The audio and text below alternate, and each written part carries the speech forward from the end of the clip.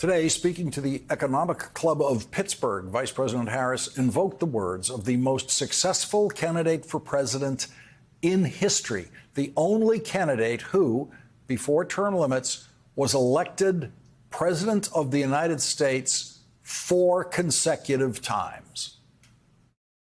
As president, I will be grounded in my fundamental values of fairness, dignity, and opportunity. And I promise you I will be pragmatic in my approach. I will engage in what Franklin Roosevelt called bold, persistent experimentation.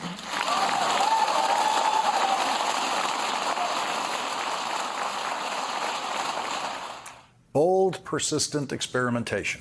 In the darkest of the worst economic depression of American history, the governor of New York, Franklin Delano Roosevelt, ran for president in 1932 and said, "The country needs, and unless I mistake its temper, the country demands bold, persistent experimentation. It is common sense to take a method and try it. If it fails, admit it frankly and try another. But above all, try something. Try something." That was the spirit that led us out of the Depression. And bold, persistent experimentation became the fundamental difference from that point forward between the Democratic Party and the Republican Party. To frame it in the simplest possible terms, the Republican Party, understandably, was afraid of experimentation, afraid of unintended consequences, and afraid of the possibility of things going wrong. Those are legitimate things to fear.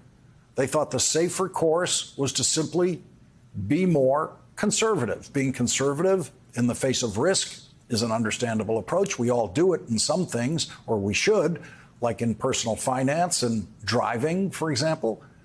Better to be safe than sorry. But Democrats in the desperate 1930s came to believe that choosing a seemingly safe governing course meant accepting severe pain for most people, economic and otherwise, with absolutely no hope of a better future.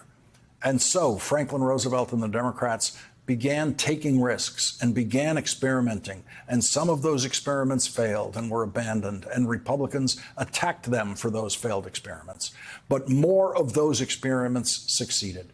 Experiments like a federal minimum wage, experiments like government-mandated overtime pay, experiments like banning child labor, and the grandest, most elaborate, and riskiest experiment that the Roosevelt decade of bold, persistent experimentation came up with, the creation of Social Security, which became the single biggest governing success in the history of bold, persistent experimentation.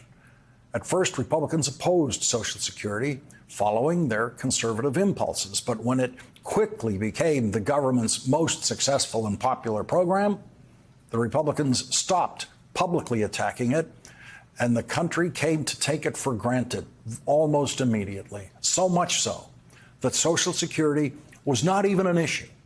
And Franklin Roosevelt's successful re-election campaign for president after the Social Security Act was enacted.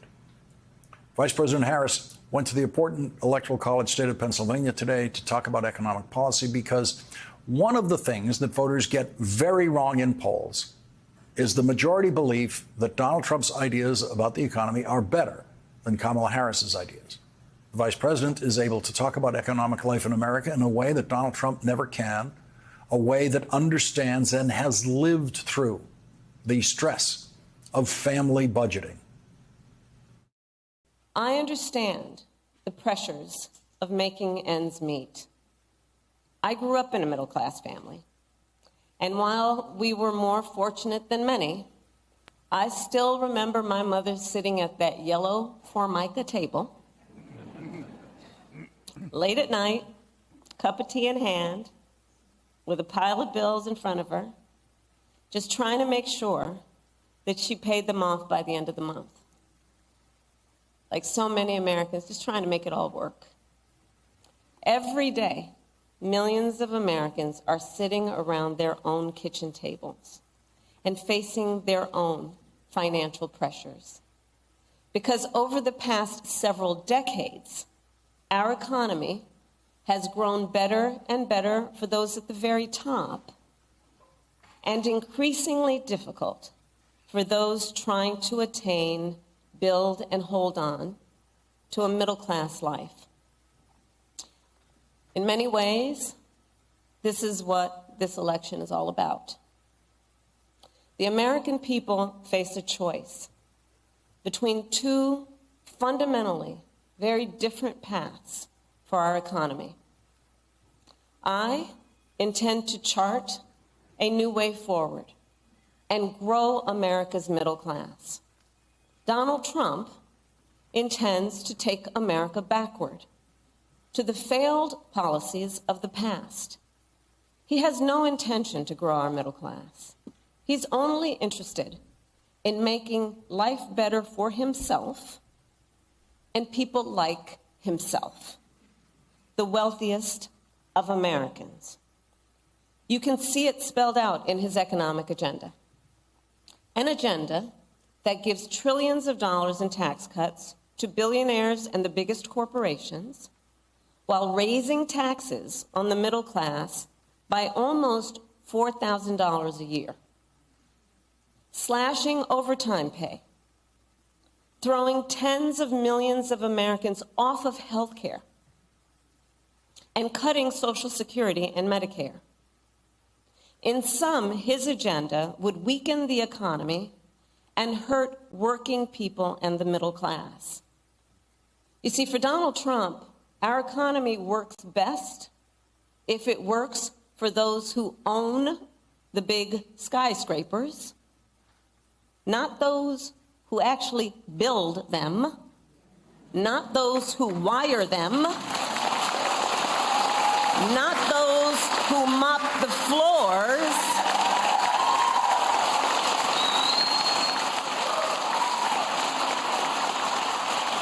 When Donald Trump spoke to the Economic Club of New York, a question about child care clearly exposed that he did not know what child care is. He does not know what those two words mean.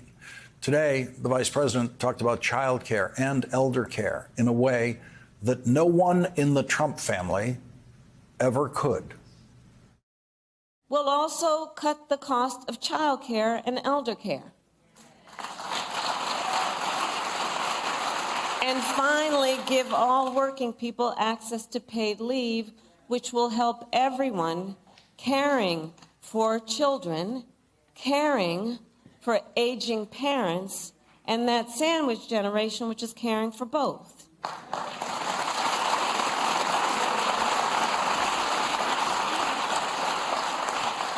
So I have a personal experience with caregiving.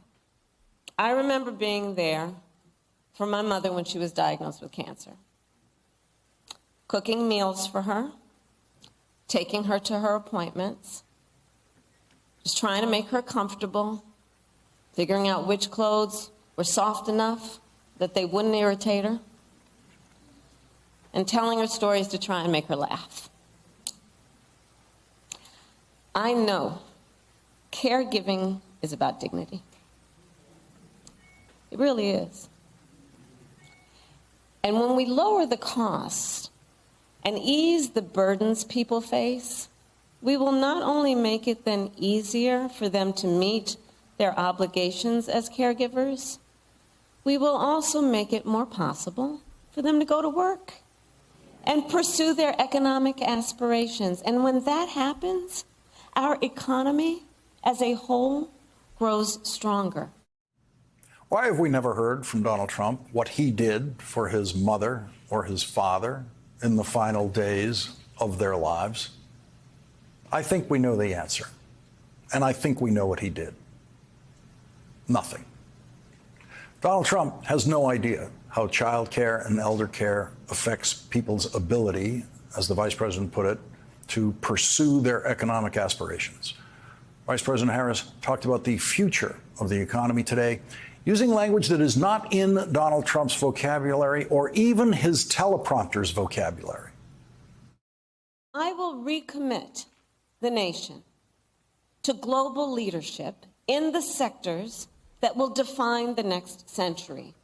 We will invest in biomanufacturing and aerospace, remain dominant in AI and quantum computing, blockchain and other emerging technologies, expand our lead in clean energy innovation and manufacturing, and we will invest in the industries that, for example, made Pittsburgh the Steel City by offering tax credits for expanding good union jobs in steel and iron and manufacturing communities like here in Mon Valley.